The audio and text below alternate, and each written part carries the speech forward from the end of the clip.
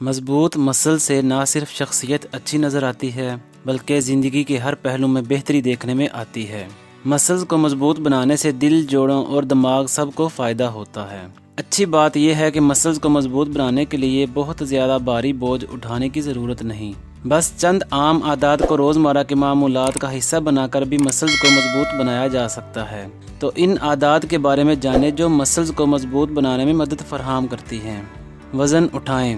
Muscles کو مضبوط بنانے کے لیے وزن اٹھانے کی ورزشیں عام ثابت ہوتی ہیں۔ ایک تحقیق میں دریافت کیا گیا کہ معمولی وزن کو اٹھانے سے بھی مسلز کو مضبوط رکھنے میں مدد ملتی ہے۔ دن بھر میں 8 سے 12 بار وزن اٹھانے سے مسلز کو مضبوط بنانے میں مدد ملتی ہے۔ پروٹین کا زیادہ استعمال۔ تحقیقی رپورٹس کے مطابق مسلز کو بہتر بنانے کے لیے پروٹین بہت اہم غذائی جز ہے۔ طبی ماہرین کے مطابق روزانہ کی غذا کی کم از کم 10% کیلوریز پروٹین پر مبنی ہونی چاہیے۔ جسم میں پروٹین کی کمی سے مسلز کمزور ہوتے ہیں، خاص طور پر چلنے پھرنے میں مدد فراہم کرنے والے مسلز۔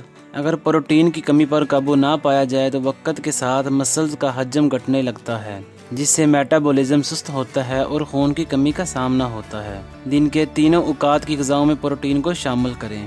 ایک ہی وقت میں زیادہ پروٹین کا استعمال کرنے سے بہتر ہے کہ دن بھر کی غذاؤں میں اس کی موجودگی کو یقینی بنائیں۔ ایک تحقیق میں دریافت کیا گیا کہ ناشتے، دوپہر اور رات کے کھانے میں پروٹین سے بھرپور غذاؤں کے استعمال سے مسلز کی مضبوطی میں 25% تک اضافہ ہوتا ہے۔ مرغی کے گوشت، انڈوں، دالوں، مچھلی، گریوں، دودھ، دہی اور متعدد دیگر غذاؤں سے پروٹین کا حصول ممکن ہے۔ انار کو آزمائیں۔ انار صحت کے لیے بہت زیادہ مفید پھل ہے اور یہ عمر بڑھنے کے ساتھ مسلز کے حجم میں آنے والی کمی کی روک تھام بھی کرتا ہے۔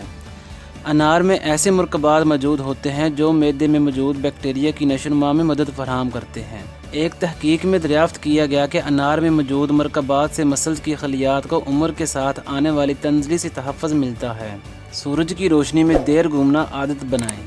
سورج کی روشنی میں جسم اور ذہن دونوں کے لیے فائدہ مند ہوتی ہے۔